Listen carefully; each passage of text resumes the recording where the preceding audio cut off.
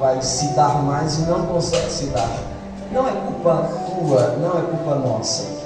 É a nossa força que ainda é limitada. A briga do Espírito contra a carne é cerrada. E se a carne estiver mais forte, a carne vai prevalecer. Tem dias que a gente não consegue dobrar os joelhos para orar 20 minutos. Não é culpa nossa, exatamente nossa, mas a maioria das vezes, queridos, nós queremos, nós desejamos, mas não conseguimos. Eu tenho me perguntado por que e como poderia ajudar a igreja Maranata e tantas outras que a gente percebe que passa por uma frieza espiritual.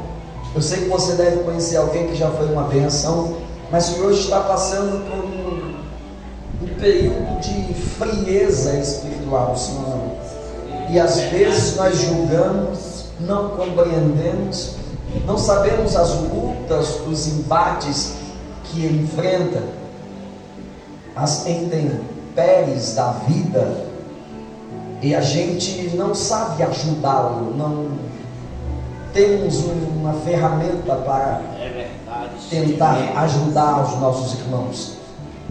Quando eu li esse texto, o Espírito Santo me disse: olha, esta é uma, deixa lá, Iago, Levítico um pouquinho, 6,13, depois você tira 6,13. O Espírito Santo me disse: esse texto é um reflexo da igreja futura hoje.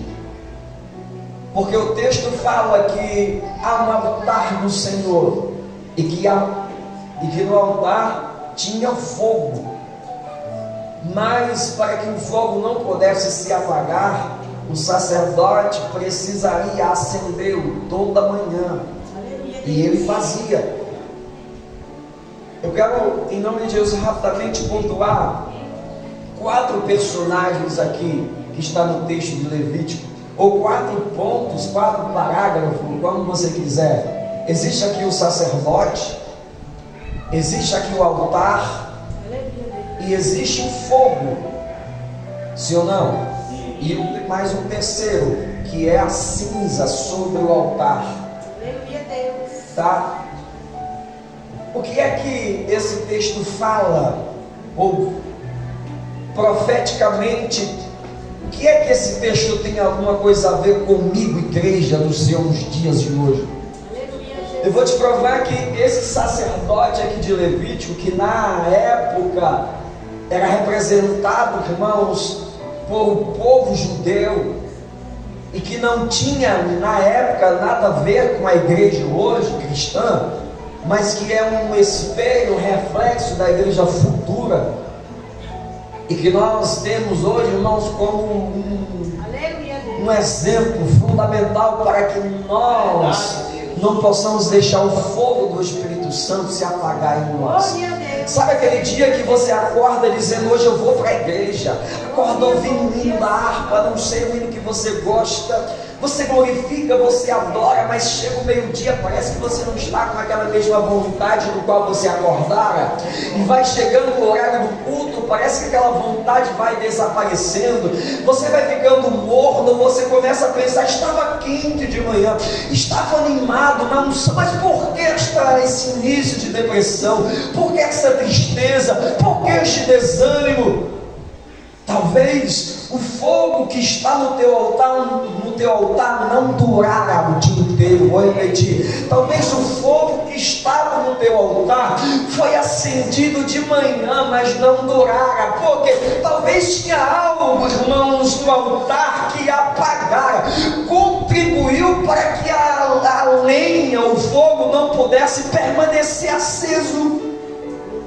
Aqui, irmãos, o sacerdócio levítico, trazendo para hoje, irmãos, fazendo uma conjectura, contemporaneizando, somos nós. Aleluia, Deus. Você é o sacerdócio hoje, representado lá em Levítico, trazendo para a igreja do Senhor. Não sou eu que digo, Silvio, é a palavra. É verdade. Vou chamar aqui um apóstolo dos mais famosos e notáveis, e ele vai dizer, ele vai provar que nós somos hoje o sacerdócio. para mim, em nome de Jesus. Iaguinho lá só projeta, e eu vou apenas ditar para você, dar uma rápida explicação, para ver se a gente chega no objetivo. Em 1 Pedro, primeira carta de Pedro 2,9, Pedro vai dizer assim: está cheio do Espírito Santo. Não é um Pedro mais sem experiência, não é um Pedro mais inexperiente, não é um Pedro bobinho que nega Jesus, que diz que vai, mas não vai, que diz que vai com Jesus até onde ele volta, sabe? Vai morrer com Jesus, vai ser surrado com Jesus, vai passar por todas as provações com Jesus e não passa. Não, aqui não é mais esse Pedro que escreve essa epístola, é um Pedro convertido, é um Pedro decidido, irmãos, é um Pedro cheio do Espírito Santo. Ele vai dizer assim: olha, vós sois o sacerdócio santo, a nação eleita, o povo escolhido. Ele vai dizer: quer saber, vocês são embaixadores da fé, o povo escolhido para levar as boas novas. Ele está dizendo: vocês têm um nome, o nome de vocês é sacerdócio de Deus. Vocês foram pessoas chamadas a Deus para fazer uma mediação de Deus para com o homem, do homem para com Deus. Não entendeu? É Pedro dizendo: olha, vocês foram chamados para trazerem pessoas do tráfico, das drogas, da prostituição, e apresentar no altar de Deus, apresentá-los ao próprio Deus. O que é que o sacerdócio fazia? O que é que um sacerdote fazia na época, irmãos? O texto que nos apresenta aqui em Levítico, ele é um mediador dos homens para com Deus. Os homens que estavam em um estado pecaminoso, eles não podiam ir a Deus, irmãos, sem passar pelo sacerdócio santo. É verdade, Deus. Eles precisavam levar, irmãos, um cordeiro, um animal imaculado, separado, sem mancha. Então o sacerdote fazia uma mediação, irmãos. O sacerdócio fazia um sacrifício, uma propiciação, para que aquele pecador pudesse, irmãos, ter um favor, um contato, novamente sentir ou glorificar o nome do seu Deus. Sem o sacerdócio era impossível que a geração de Israel que estava na prostituição pudesse ter com seu Deus. Por que é que Pedro vai nos chamar de sacerdócio santo? É porque tem alguém aí fora que não se sente digno de estar na presença do Senhor. Talvez aqui dentro tenha pessoas que estão se sentindo dignas de estar na presença do Senhor, mas Deus te chamou como sacerdócio santo, nação eleita, para dizer para ela: Jesus já morreu na cruz do Calvário, levantou a igreja santa, imaculada, sem ruga, para trazer aquilo que não existe a existência.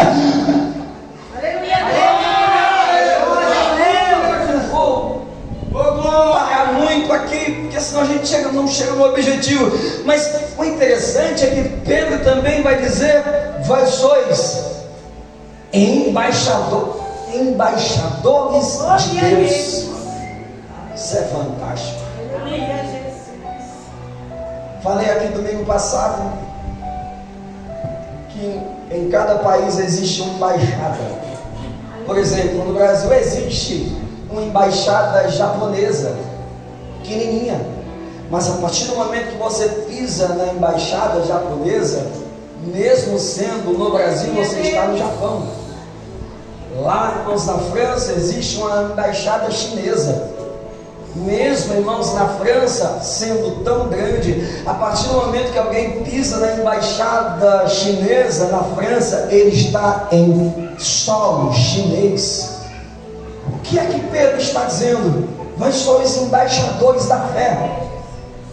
Qual é a embaixada de Deus aqui na terra? A sua igreja. Vós sois embaixadores da fé. A partir do momento que você pisa na embaixada, isto aqui não é mais solo mundano, isto aqui não é mais território de Satanás, isto aqui é território santo, nação eleita. Você pode estar no meio, irmãos, de quem você estiver. Você representa, irmãos, a igreja pura, limpa, preparada.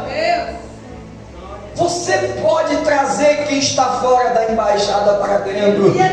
Deus te deu autoridade para que você possa pegar pessoas que estão lá fora e trazer para a embaixada. Você já notou que alguém, quando está precisando de ajuda, sempre procura alguém que sabe que tem contato com Deus, e ele diz: ora por mim, apresenta a minha família. E você é um sacerdote, você vem e apresenta. Mas Deus nessa noite está dizendo: quero mais que sacerdote na minha casa, eu quero que você também seja profeta. E o que é profeta, irmãos? Profeta é aquele que diz aquilo que Deus manda. Quando você passa, alguém talvez vai dizer para você: ora por mim. Você dá uma de sacerdote e vem orar por alguém. Aí quando você volta, a pessoa começa a dizer: orou por mim, você, orei por você, orou pela minha família, orei pela minha família. E agora Deus está dizendo: olha, vós sois embaixadores da fé, profetas do Senhor, porque o sacerdote faz uma mediação dos homens para com Deus,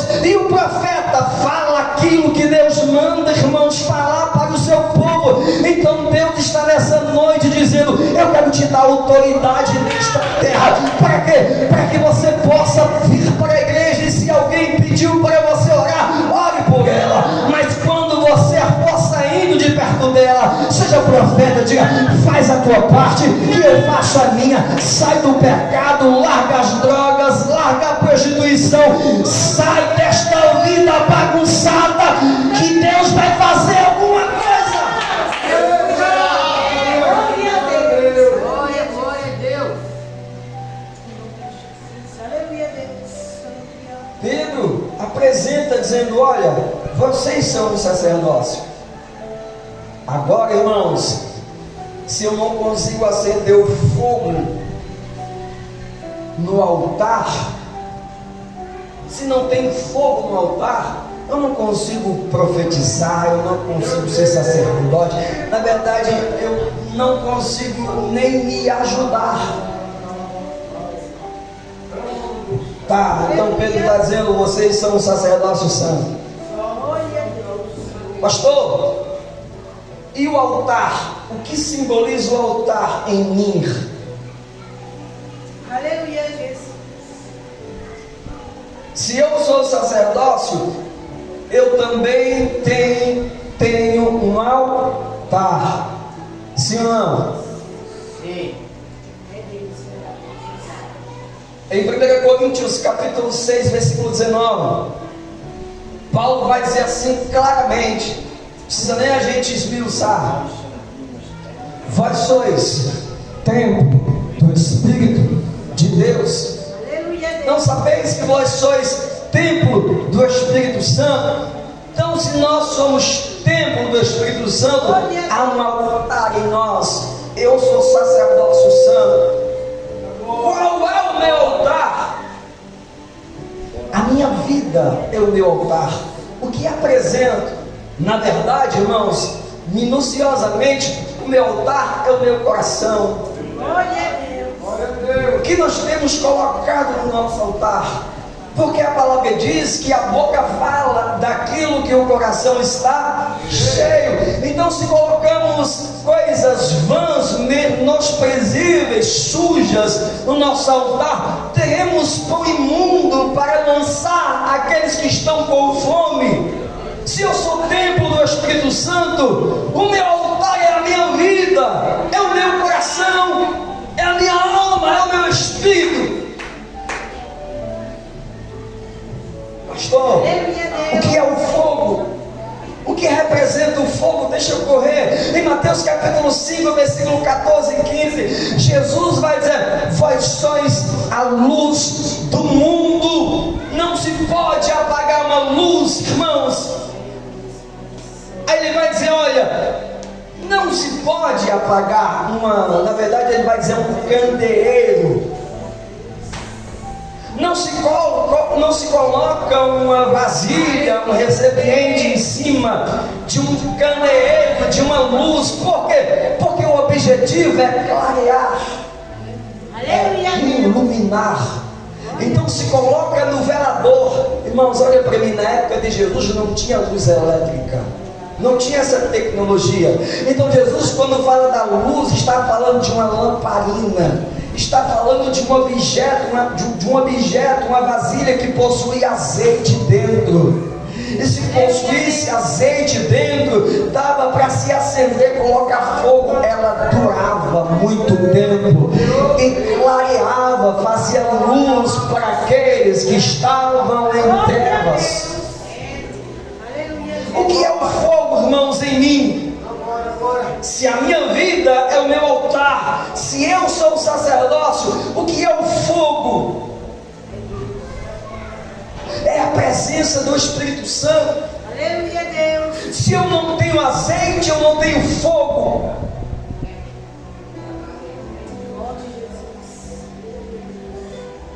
Se eu não tenho azeite, eu não tenho fogo. Eu gosto quando fica didático, porque a gente gosta de não ir alguém que é cheio do fogo de Deus, por outras características. O que é ter azeite? O que é ter fogo? Praia, subrianda, cana. Sacerdócio, irmãos, representa um mediador entre Deus e o homem. Se eu não consigo apresentar alguém que não consegue vir para a presença do Senhor, então não tenho sacerdócio, muito menos altar e muito menos fogo. Porque que fogo é esse, irmãos, que temos apenas aqui em cima do altar, mas quando descemos não sabemos evangelizar, não sabemos ganhar alguém para Jesus, não amamos, irmãos, não perdoamos, não somos um canal de bênção lá fora, vai beliscar a tua costela, mas eu sei que no final do culto você vai sentir uma coisa diferente, e talvez seja o fogo do Espírito Santo brotando. Aleluia. Glória, glória a Deus. Para que serve essa luz? Para aqueles que estão em trevas possam enxergar um caminho. Glória a Deus. Vós sois a luz em meio às trevas. Aleluia, Deus. Tá, provei que o fogo é o Espírito Santo de Deus. Na verdade, é a unção que Deus te dera. Tá. Falta um. Tá. Foi o quê? Sacerdócio, altar. Esqueceu? Fogo. Falta o quê? Oh, parte terrível, viu? Cinza. O que é a cinza em nossos altares? A cinza, obriga Cláudia, é o desgaste da lenha que produz o fogo. Quando a gente, como sacerdócio, se esforça para colocar, irmãos, o altar de pé e acender o fogo, depois de uma guerra espiritual, de uma batalha, de um problema, de uma situação, há um desgaste. E se nós, que somos os sacerdócios responsáveis por acender o fogo e limpar o altar, não tirarmos toda a cinza, o fogo vai se apagar. Verdade, Deus. Aleluia. Qual é a cinza que está no nosso altar hoje? Meu Deus. Por que será que eu não consigo ficar o dia inteiro na unção, a semana inteira na unção de Deus? Porque eu não consigo ter ficar um mês na presença do Senhor com uma adoração regular, sentindo a presença dia após dia? Porque o fogo do Espírito Santo está aceso um dia e 2 não estão. Será se tem algo que está atrapalhando? Não sei, é um desgaste. Talvez a cinza do meu e do teu altar tenha um nome hoje. É algo, irmãos, que está atrapalhando você estar na presença do Senhor. É algo que está atrapalhando você sentir a presença do Senhor. Não posso aqui nomear todas, irmãos, todos os tipos de cinzas que estão no teu altar, mas tem uma cinza que tem um nome específico que está atrapalhando você. Eu não sei, mas o Espírito Santo sabe. E Deus te trouxe nessa noite para dizer: resolva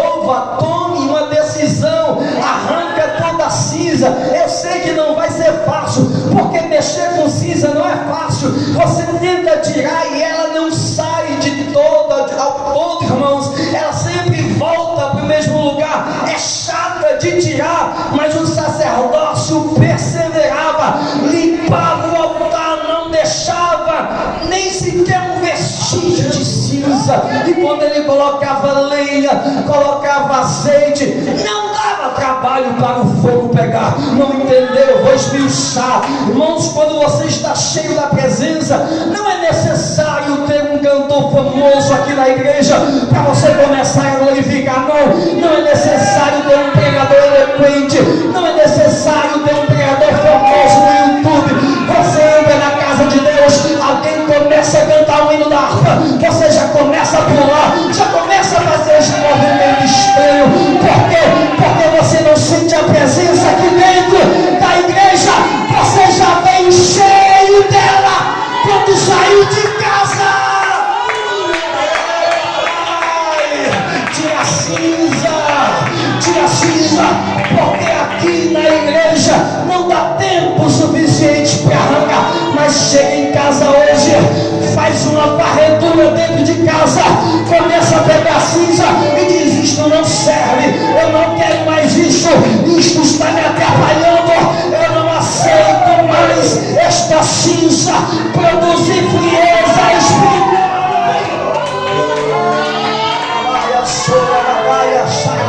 Eu sei que não é fácil, mas eu quero desafiar você em nome de Jesus. Se você resolver arrancar toda a cinza que está no teu altar, domingo que vem você não vai entrar calado nessa igreja.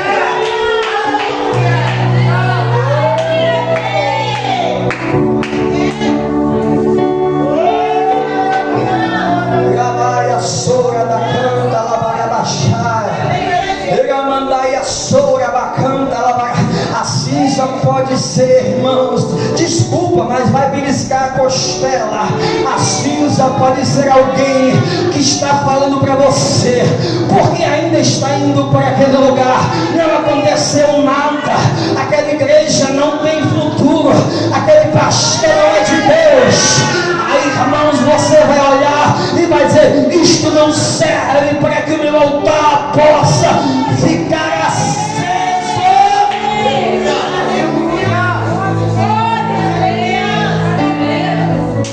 Não sei, você sabe o que é a cinza. Quando não arrancamos, quem é nordestino aqui? Lembra, irmãos, do fogão de lenha de mamãe, de vovó, nem mamãe. Cedinho, irmãos, vó ia acender o fogo. Não sabia ler e nem escrever. Ai, papai, vai beliscar a costela. Não sabia ler e nem escrever, mas aprendeu dia após dia como se acendia o fogo, irmãos. Não se aprende a acender o fogo na primeira vez ou na primeira instância. Você acende, você percebe que você está sofrendo. O fogo pega e o fogo se apaga. Você coloca lenha, você assopra, você sofre, você trabalha, mas o fogo se apaga, irmãos. Aí você começa a se perguntar: o que é que está errado? Estou colocando lenha, estou me esforçando, eu estou colocando azeite. E você começa a entender, irmãos, que tem alguma coisa que está atrapalhando o teu altar. O que é que as nossas avós faziam? Elas não acendiam, irmãos, o fogo depois de uma noite onde o fogo estava funcionando, estava cozinhando, estava produzindo. Ela pegava os tição, sabe o que é tição? Os pedaços de madeira já quase queimados, retirava todos eles. Aí a minha avó não tinha uma tecnologia, ela pegava a tampa do camburão, não sei, um papelão, alguma coisa, e começava a soprar, e abanava, irmãos, e mandava ir embora, vai pegando, e dizia: você não serve, eu não quero você mais aqui, você vai sair em nome de Jesus. Tirava toda a cinza. Aí eu me lembro unção, colocava de volta. Pegava uns gravetinhos, sabe? Tipo aqueles canela de fogo, que quando dá um glória, você já se arrepia. Colocava os gravetinhos, irmãos. Aí só precisava colocar uma gotinha de azeite. Eu vou repetir. Colocava os tição, colocava os gravetos, canela de fogo, colocava só uma pitadinha de azeite, só uma pitadinha. Não precisava pregar a noite inteira para a pessoa sentir a presença. Colocava só um pouco de azeite, aí só dava uma soprada, aí o fogo pegava. Ah, irmão, quando o fogo pegava, ninguém mais apagava.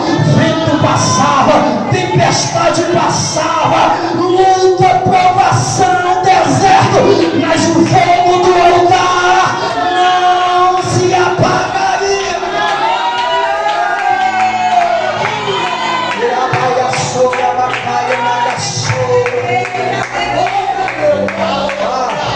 Não estou menosprezando o culto de teologia, o nosso ensino teológico, irmãos, mas os nossos avós não sabiam ler. Aí a igreja, irmãos, brasileira, 50 anos atrás, eles não eram formados, não tinham um bacharelado, uma faculdade, nada contra, a gente precisa conhecer, mas eles, irmãos, tinham o fundamental. O que, pastor?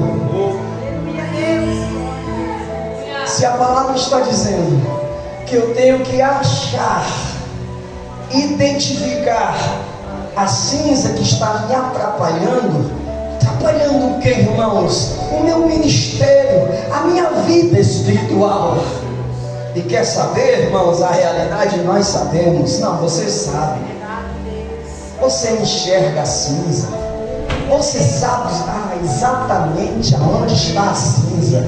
Você sabe como é, o que é que você tem para arrancar ela. Você tem as ferramentas para arrancar ela, vai beliscar a costela. Mas, irmãos, a cinza não está escondida, está exposta, irmãos. Você enxerga, quem está do teu lado enxerga. Mas quer saber, irmãos, uma notícia? Não é muito boa, mas talvez possa servir. O teu irmão não vai tirar a cinza, irmãos, ainda que ele possa enxergar o que é que está te atrapalhando. Não, Deus não vai tirar a cinza, não vai tirar. Quem tira a cinza é o sacerdote. Eu vou repetir, quem tira a cinza é o sacerdote. Deus está esperando você limpar o teu altar, e quando o teu altar estiver limpo, vai descer fogo. Se escandaliza não, porque Deus está falando em nome de Jesus.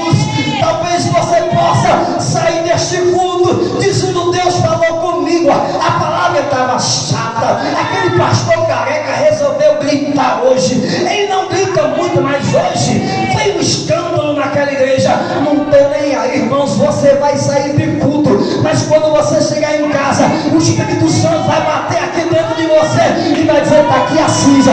Se tiver coragem de tirar o fogo dela.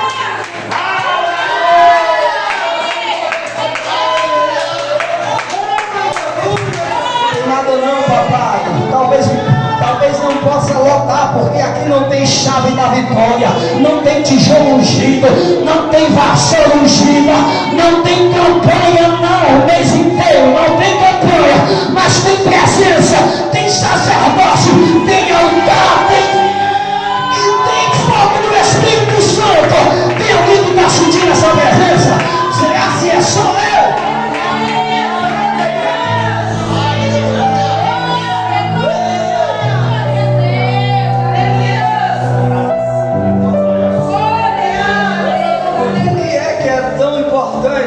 Esse fogo aceso, porque você vai passar por dias, Cláudia, que você vai perceber que entre todos você é a única que está de pé para dizer: vai dar certo, nada está perdido, para o meu Deus tudo é possível. terrível, vou repetir, talvez nos dias de deserto, talvez nos dias, irmãos, que você possa, irmãos, estar em algum lugar tenebroso, você perceba que você é a única luz acesa no meio das trevas. Sabe aquela pessoa que você fala assim, caramba, meu Deus,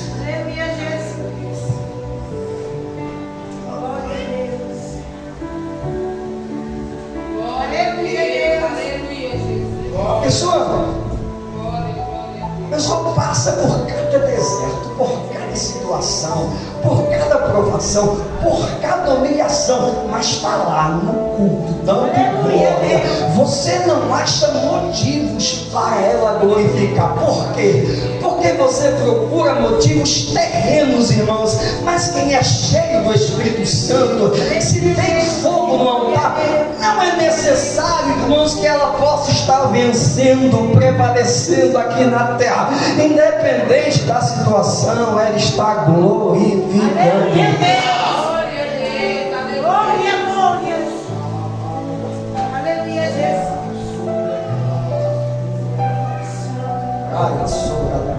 Aleluia. Existem dois tipos de igreja na terra.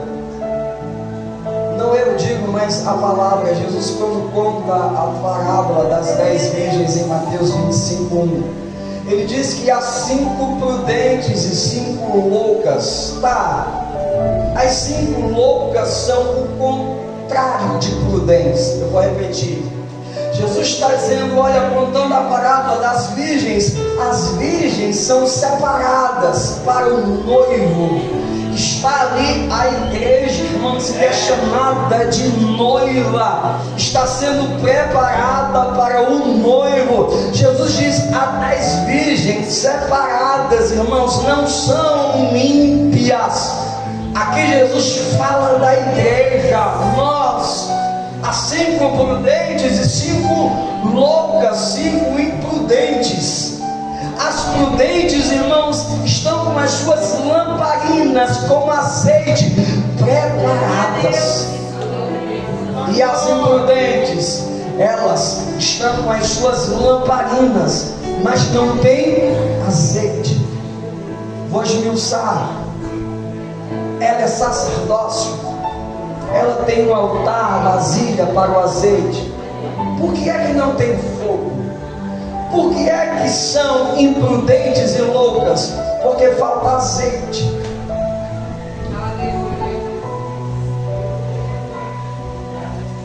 Meu Deus, é perigoso, Pai. Eu queria que você entendesse hoje, minuciosamente, quando falamos de azeite. O azeite representa o que biblicamente, de uma maneira geral? O Espírito de Deus. A pessoa tem um chamado, é escolhida, é evangélica, é cristã, mas não tem a presença do Senhor. Meu Deus. Por quê? Por quê? A vida escala a costela, mas eu tenho que falar. Porque, irmãos, hoje, infelizmente, você prega, irmãos, e diz que os irmãos precisam ir para a esquerda, mas quando você sai do culto, você vai para a direita. Simples assim. Você escuta, irmãos, que a palavra está dizendo para você: ame mais, perdoe mais, ore mais, se santifique mais, se separe mais, se doe mais. E por que é que nós não estamos cheios? Só aqui a gente prende isso, coisa errada. A imprudência é o contrário de prudente. A imprudência é o contrário de excelência. Por quê? Porque nós desejamos, irmãos, estar em patamares espirituais dos quais os nossos pais na fé estiveram, sim ou não? Eu amo pregar, irmãos, e profetizar, dizendo para você que você vai vencer, porque você é descendência de Abraão. Eu amo dizer para você que aonde você plantar as plantas, os teus pés, a Bíblia diz que Deus te dará por herança. Eu amo dizer para você, irmãos, que você não vai ser por cauda lá no teu trabalho, mas vai ser por cabeça. Eu amo profetizar e dizer para você que Deus vai abençoar o fruto do teu trabalho, e é bíblico. Eu amo dizer para você que Deus está te dando o poder, o governo da tua casa. Mas não posso, irmãos, profetizar sem antes te dar uma condição.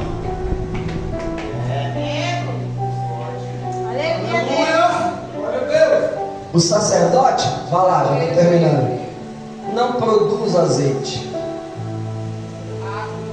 O altar não produz azeite.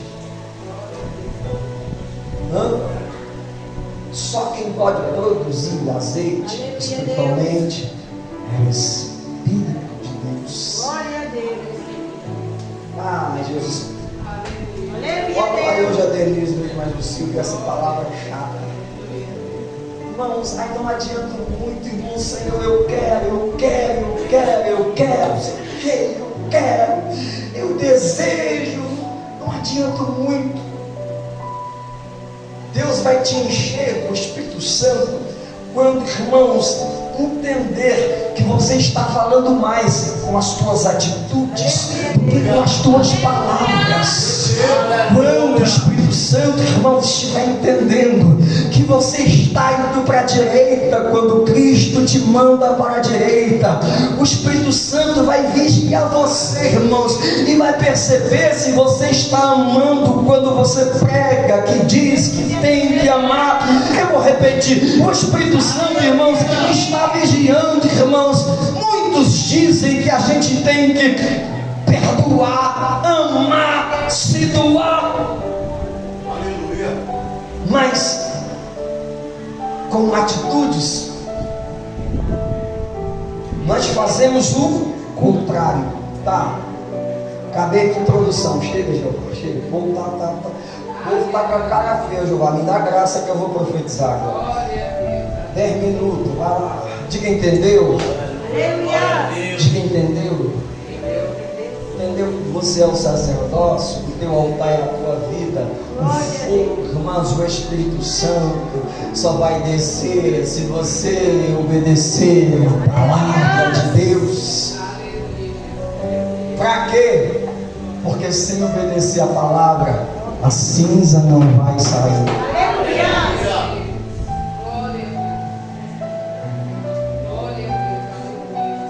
Qual é a geração, irmãos, que Deus conta hoje na terra? Qual é a geração que Deus deseja que a Maranata seja? Qual é a geração que Deus deseja que você seja, Yasmin? Qual é a geração que Deus deseja que você seja, aonde você estiver?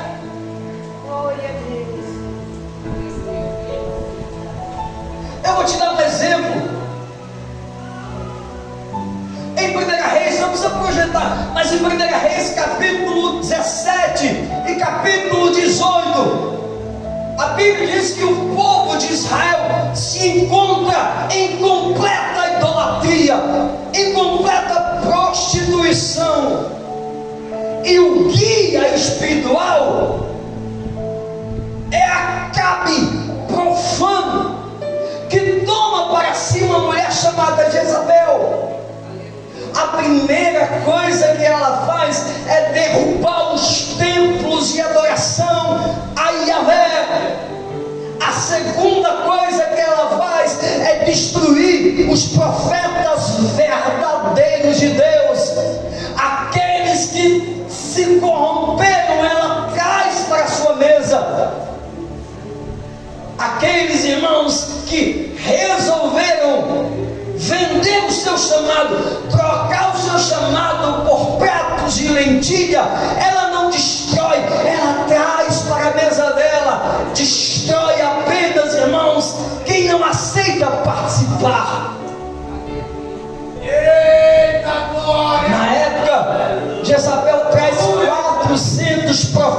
profetas de Baal. Quem é Baal? Deus profano, Deus da chuva, Deus do fogo. Era a mitologia, irmãos, grega. O panteão, irmãos, dos deuses da época tinha Baal como Deus da vida.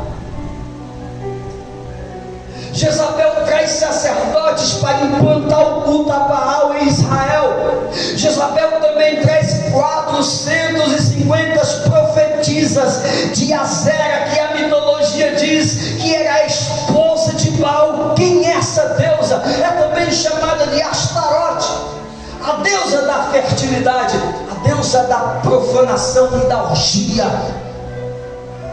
Como se adorava a Baal? Os sacerdotes de Baal, irmãos, se prostituíam. As sacerdotisas de Baal, irmãos, se prostituíam com orgias grupais nos templos de Baal e de Azera. O povo de Israel está vivendo este contexto. Elias, o profeta de Deus, resolve enfrentar Baal e Azera. Ele diz: Acabe, vocês dizem que Baal é o Deus do fogo, dos montes. Leva todos os profetas de Baal e as profetisas de Azera para o monte. Que monte? Que monte, irmãos?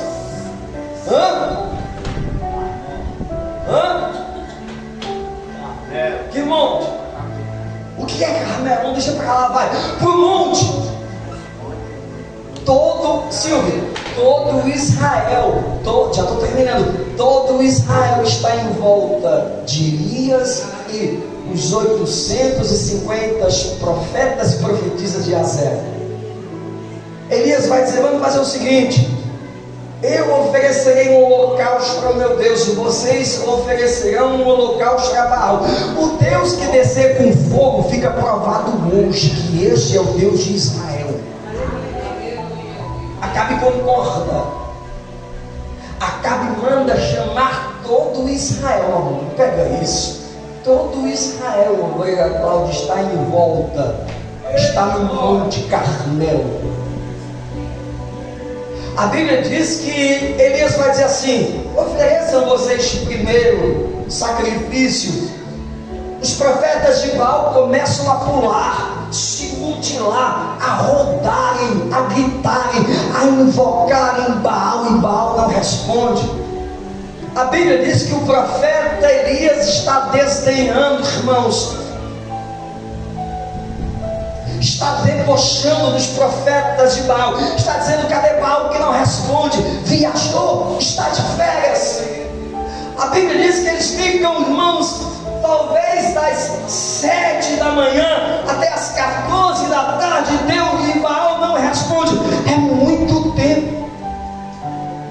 E você não enxerga que o povo está vendo que essas palhaçadas aí que a gente está vendo não é de Deus, tem nada a ver com Deus de Israel.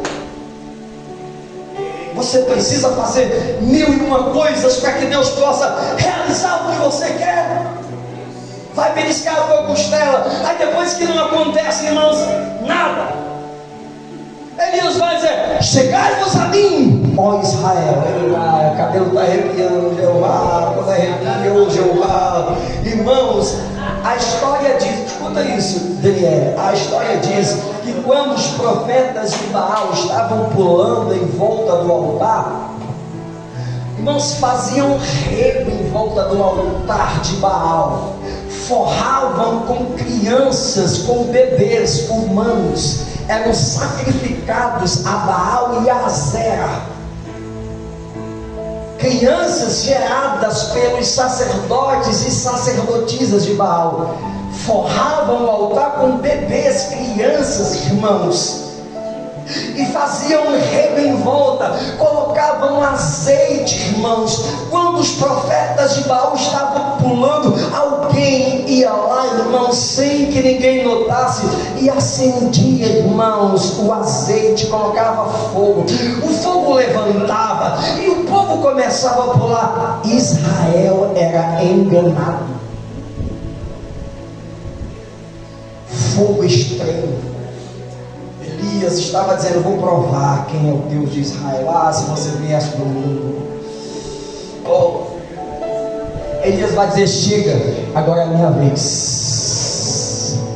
Elias vai dizer: chega de viver coisas profanas, agora é a minha vez. Como eu queria que você tomasse essa palavra para si, dizendo: chega, eu quero viver o sobrenatural, eu quero viver o sobrenatural de Deus. Eu não aceito mais nenhuma enganação no meu ministério espiritual.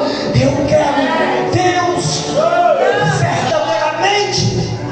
Como é que Elias faz? Elias vai dizer: chegai-vos até mim. Primeira coisa que Elias faz, o que é que ele faz? Restaura o altar de Deus, porque estava destruído. Não, ele não chega assim, pegando as pedras e colocando assim de qualquer jeito, e pega uma, e pega outra. Isso daqui tá bom, não tem problema não. Não, aqui tá bom. Não, ele pega, a Bíblia diz assim, ele pega 12 pedras.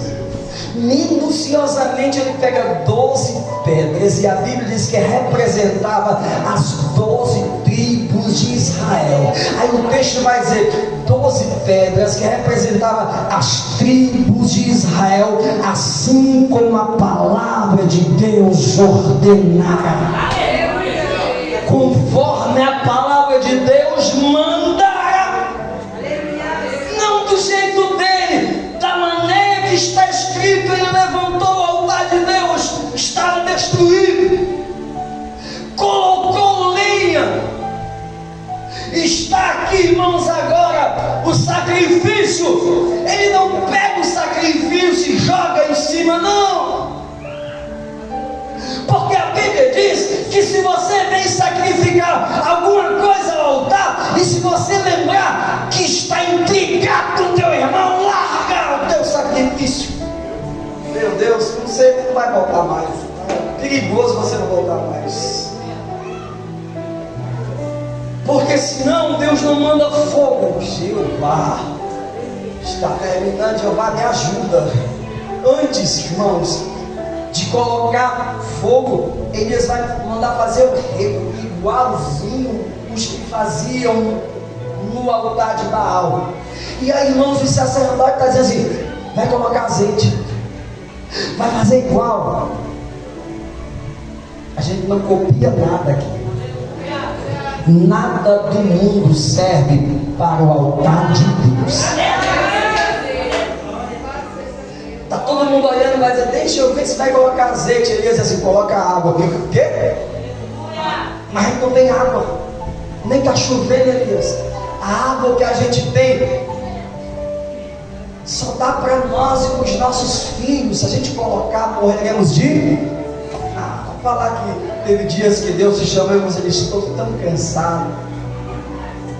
Se eu preciso falar, Senhor, eu estou acabado. Se eu for, é capaz de amanhã nem trabalhar. A gente nega água para Deus. Ele diz: coloca água. Aí vier aqui colocar as talhas de água. Ele diz: não está bom não, coloca mais. Eu quero que Israel veja água. Se desse tempo. Aí minha mãe chega uma vez, 2 vezes, ele diz: coloca a terceira. Eu quero que Israel veja o altar transbordando de água. Pegou, né? Mas Jesus lá em Mateus, João capítulo 7 vai dizer: eu sou a fonte de água viva. Quem tem sede, vem até mim e beba. Porque como diz a Escritura, quem beber do teu ventre fluirá um rio de água. Coloca água, se esforça Não vai dar, pastor? Vai sim, dá tempo para tudo. Como é que não dá tempo para Deus? Eita, vai beliscar, mas vai curar. Coloca uma água, irmãos. Aí parece que alguém está dizendo: Elias, para que essa água, Elias? Coloca azeite no lugar de água. Não, coloca água. Aí, irmãos, Elias se agacha, põe, irmãos, o sacrifício. E a Bíblia diz que ele diz: ó Senhor, Senhor Deus de Abraão, Isaque e Jacó, prova hoje que tu és Deus em Israel e que eu sou teu servo. Irmão, quando Deus olha e vê o trabalho de Elias, a Bíblia diz que desce fogo do céu, arrepiou os cabelos. Irmão, o fogo está transitando, a labareda de fogo, irmãos, em meio às águas, irmãos, começam a se tornar labaredas de fogo. O altar é consumado, consumido.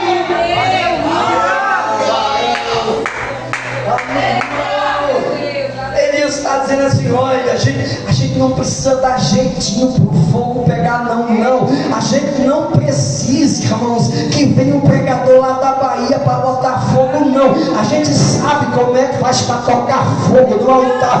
Você pode estar em casa, no trabalho, na lotérica, pode estar na fila do supermercado, aonde, fazendo o cabelo das irmãs. Irmão, quem tem altar tem palavra e tem fogo, irmãos.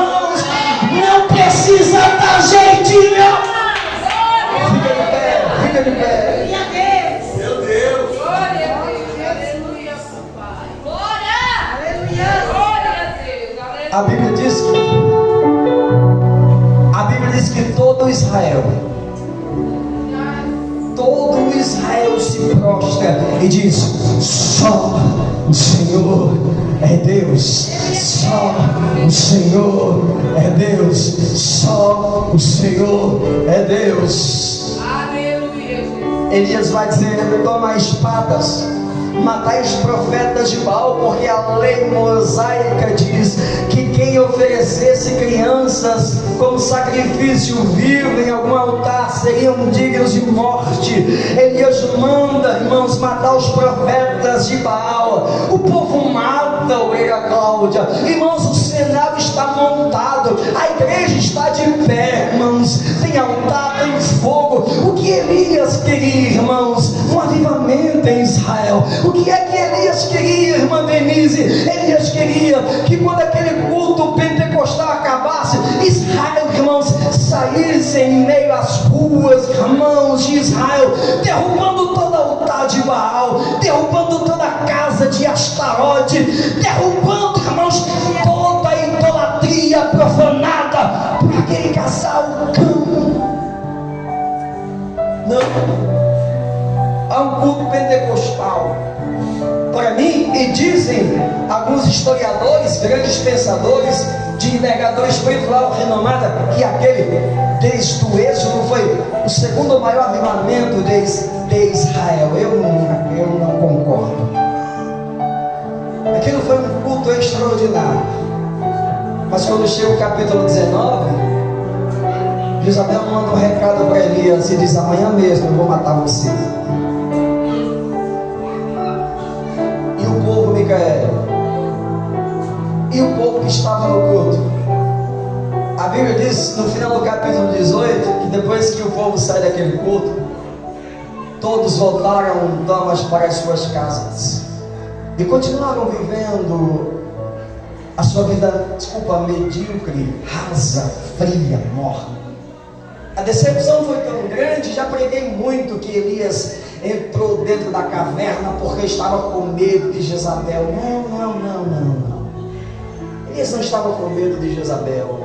Elias estava cansado, exausto. É só você ler o texto, Ovelha Cláudia, ele vai dizer: Senhor, chega. O povo viu fogo. Eu provei que só tu és Deus em Israel. O cenário estava limpo, os profetas mortos a fio de espada. O povo voltou para as suas casas como se nada tivesse acontecido. Elias está agora em coma espiritual. ele entra na caverna e diz: chega, chega, eu sou melhor que meus pais. Ele está dizendo: Jezabel e Acabe mataram meus pais, eu não sou melhor que eles. O Senhor desceu, se manifestou, Israel viu, e nesse momento estão cada um em sua casa, com seus altares de Baal e de Azera. É difícil pregar isso. Tá, acaba aqui. Elias queria um avivamento não só nos cultos. É isso que eu quero. Com essa gritaria toda, é isso que eu desejo. Foi lindo aqui. Você talvez até sentiu, com certeza sentiu a presença. Mas quando as luzes se apagarem e a gente der a bênção apostólica, será se nós voltaremos para a nossa vida espiritual, entre aspas, pequena, rasa e morna? Ou nós chegaremos em casa e declaramos que não queremos mais altar de Baal em nossa casa, fora toda a prostituição, toda a pornografia, toda a idolatria? Será se nós decidiremos sair de cima do muro e dizer: agora eu sou ou eu não sou, é tudo ou nada? Porque dependendo desta decisão, o fogo do Espírito Santo vai descer e ninguém vai impedir. Você está me entendendo, querido? Você não tem ideia como eu estou desejoso que você possa sair desse culto dizendo: Deus falou comigo, eu sei agora o caminho para o Pentecoste no meu ministério. Domingo que vem a gente vai falar de uma geração que foi apresentada a Elias. Não essa geração que depois de um culto deles saiu e foi para casa e fingiu que nada aconteceu, o que não era com eles. Uma geração que Deus vai dizer: sai de dentro da caverna, Elias, nada está perdido. Eu quero profetizar, eu acabo, mas levanta a mão aqui. Tem dias que eu saio desse culto feliz, Deus falou. Aí na semana eu começo a abrir as redes sociais, eu começo a receber notícias, eu falo: meu Deus. Aí eu começo a entrar em depressão, eu falo: Jesus, e aquele culto não fez a diferença. Aí eu quero desistir, eu quero parar. Mas hoje Deus também está falando comigo. Ele está dizendo: pastor André, continua, porque tem uma geração que eu vou levantar. Eu vou levantar.